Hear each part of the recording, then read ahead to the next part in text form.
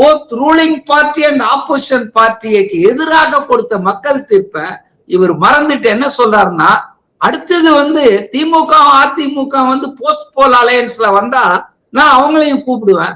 என்னங்க இது அநியாயமா இருக்குதுங்க. அதாவது வேலையே பயிரை மேயிற மாதிரி கான்ஸ்டிடியூஷனலை காப்பாற்ற வேண்டியவங்க, அரசியல் சாசனத்தை மதித்து நடத்த வேண்டியவர்களே, ஆளுநர்களே இப்படிப்பட்ட அக்கிரமத்தை பண்றாங்கன்னா, நல்ல வேலையா சிபிஐ சிபிஎம் அகில இந்திய தலைமைகள் உடனடியாக சொல்லிட்டாங்க, திஸ் இஸ் ராங். விஜய் அவர்களுக்கு அவர் வந்து பதவி பிரமாணம் செய்யணும், அவர் கேட்ட அவகாசத்தை 2 வீக்ஸ் கொடுத்துருக்கணும். அது கொடுக்காம இருக்கு. அப்பவே எனக்கு தெரியும் இடதுசாரிகள் சரியான நிலையில தான் இருக்காங்க. ஆனா but Stalin try to change their stand. அவங்க தலைமை சொன்னா கூட நீங்க நம்ம கூட்டணி. ஆனா ஒண்ணு சொல்றேன் நானு, இடதுசாரிகளுக்கு வந்து தர்ம சங்கடமான நிலைமை தான். ஏன்னா அவங்க எம்எல்ஏக்கள் திமுக கூட்டணியில ஓட்ட வாங்கி தான் ஜெயிச்சிருக்காங்க.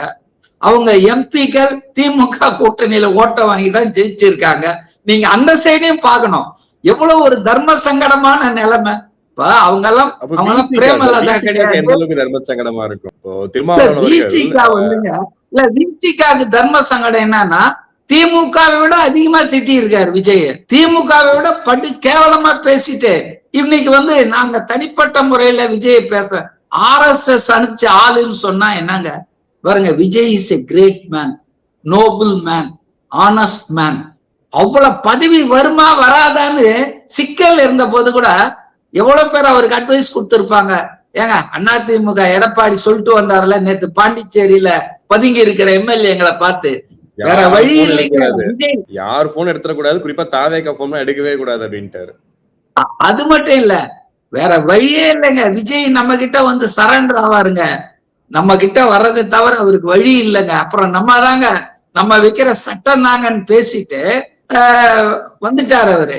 இப்ப என்ன பொறுத்தவரையிலங்க, அதிமுக வந்து முடவன் கொம்பு தேனுக்கு ஆசைப்படுற மாதிரி முதல்வர் பதவிக்கு ஆசைப்படுறது என்பது ரொம்ப, அதாவது இர்ரேஷனல், இல்லாஜிக்கல், அன்ஜஸ்டிஃபைடுங்க.